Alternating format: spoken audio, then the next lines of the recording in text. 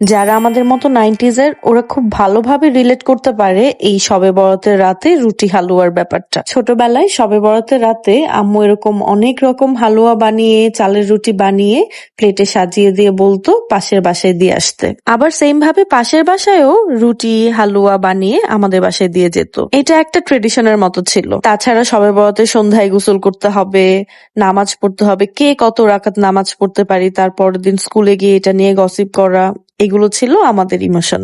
এখন সময়টা বদলে গিয়েছে, অনেক কিছুর চেঞ্জ এসেছে।